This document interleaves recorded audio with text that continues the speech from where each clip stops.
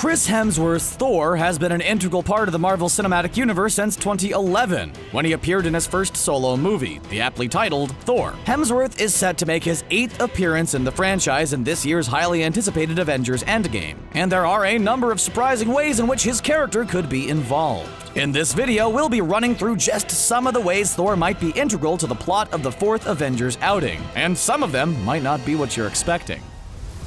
Thor is one of the most popular and likable characters in the Marvel Cinematic Universe. It's like a pirate had a baby with an angel. But he's undoubtedly had a lot to deal with in the franchise. He's more than 1,000 years old, and he's been fighting battles for most of his adult life, not least since audiences were first introduced to him. First, we saw him stripped of his power and banished to Earth, having gone against his father Odin's wishes and waging war on the frost giants of Jotunheim. Then he had to deal with his conniving brother Loki, who was attempting to overthrow Odin in order to sit on the throne of Asgard at his expense. Then, having joined the Avengers, he faced off against his brother again, and his alien army, as they attempted to take over the Earth. He's adopted. Having subsequently brought peace to the Nine Realms, he was then tasked with saving the universe from Malekith, who, after acquiring the Reality Stone, was trying to plunge the cosmos into darkness. A fight that saw him lose both his mother Frigga and Loki, although the latter turned out to be just fine. He joined up with the Avengers again to take down Ultron and his army of drones, before heading out into space to figure out who had been manipulating recent events from behind the scenes. He then discovered Loki was alive and posing as Odin, suffered the loss of his father, and was subsequently held captive on the gladiatorial planet of Sakaar, where he had to fight to survive, including against his fellow Avenger, the Hulk. He's all like, smash. I prefer you. After escaping, he headed back to Asgard to prevent his half-sister Hela from taking over the place. After discovering that she'd killed the Warriors three of his best friends, he was forced to destroy his home realm for the greater good. More recently, he fought Thanos, who, having previously killed his closest friend Heimdall and Loki, this time for realsy-reals, used the Infinity Stones to wipe out half of all life in the universe, something Thor failed to prevent happening, thanks to his need to gloat. And that's where Thor's at now, geared up for a shot at redemption in Avengers Endgame. And life's not going to get any easier for him, because he's bound to be right in the thick of the action in what could be the fight of his life.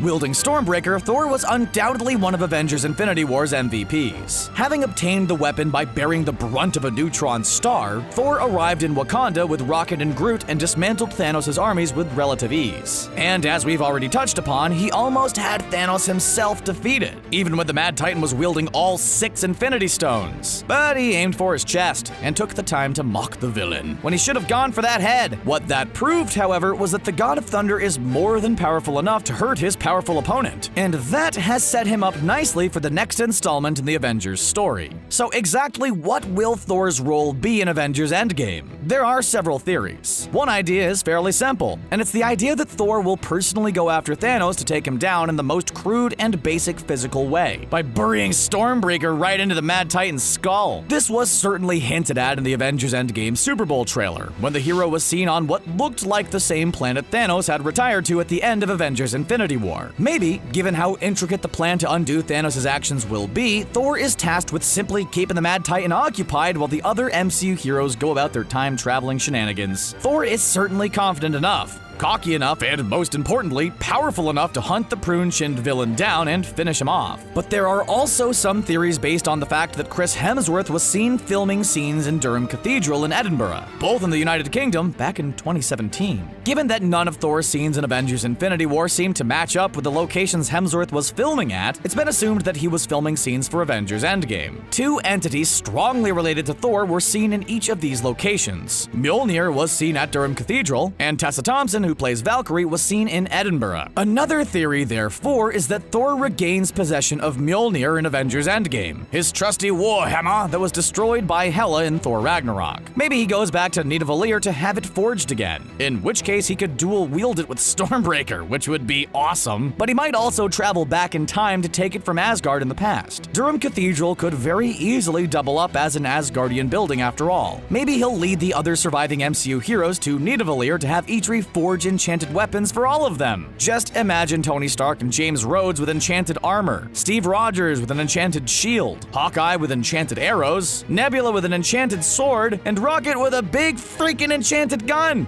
Oh, it'd just be so good. But what about Tessa Thompson? How might she fit into Thor's Avengers Endgame story?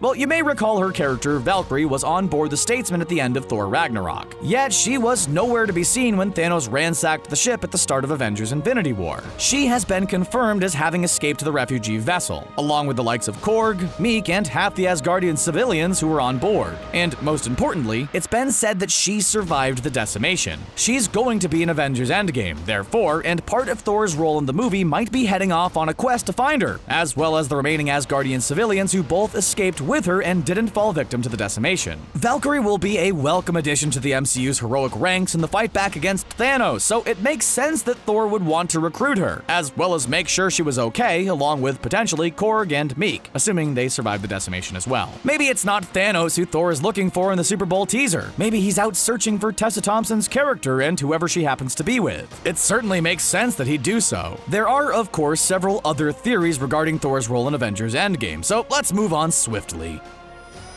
A popular theory is that along with several other characters, perhaps the other original Avengers, who just so happen to total 6, which is the same as the number of Infinity Stones in the MCU, Thor may be tasked with going back in time to collect the Infinity Stones before Thanos ever gets the chance to get his hands on them. That recent Super Bowl trailer for the movie showed Clint Barton looking up at something glowing with a red energy. Maybe he'd been tasked with retrieving the Reality Stone from the past, while Thor was set to retrieve the Power Stone or one of the others. Maybe, just maybe, Thor will end up wielding one of, or even all of, the Infinity Stones in the battle against Thanos. He is, after all, one of the few MCU heroes powerful enough to do so without being instantly obliterated.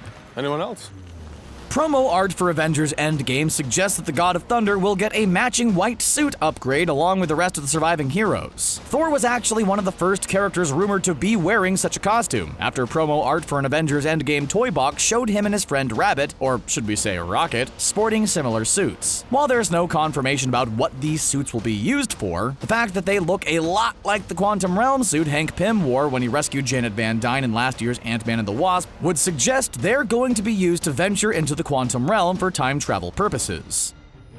A lot has been said about the possibility that Avengers Endgame is the final outing for most of the MCU's flagship heroes, and Thor is certainly one of those. Chris Evans has in fact stated that he, along with Chris Hemsworth and Robert Downey Jr., will be done with the MCU after the fourth Avengers outing. So it could be the case that Thor, along with Captain America and Iron Man, retires from superheroism after, or dies during the final bout against Thanos. Either way, unless there are new contract negotiations, fans should be prepared for the possibility of saying goodbye to Thor after Avengers Endgame. Maybe his role will be the one the majority of us are expecting Captain America to play, the sacrificial role, whereby his final action saves the universe, but costs him his own life in the process. We've seen on more than one occasion that Thor is more than prepared to put his life at risk for the greater good. A couple of examples being in his first solo movie when he confronted Loki / the Destroyer armor whilst depowered, and when he took the brunt of a star to reignite Nidavellir in Infinity War. That being said, while Avengers Endgame really does feel as though it could be Iron Man and Captain America's MCU swan song, it really doesn't feel that way when it comes to Thor. Unlike Steve Rogers and Tony Stark, Marvel Studios only recently started portraying Thor correctly, at least as far as fan opinion is concerned, and it feels as though there are still countless epic stories left to be told with the character. It'll feel like a wasted opportunity for the studio if they kill him off now, and don't capitalize on his newfound popularity. Heck, in the potential absence of Iron Man and Captain America, Thor could head the Marvel Cinematic Universe franchise as its new flagship character.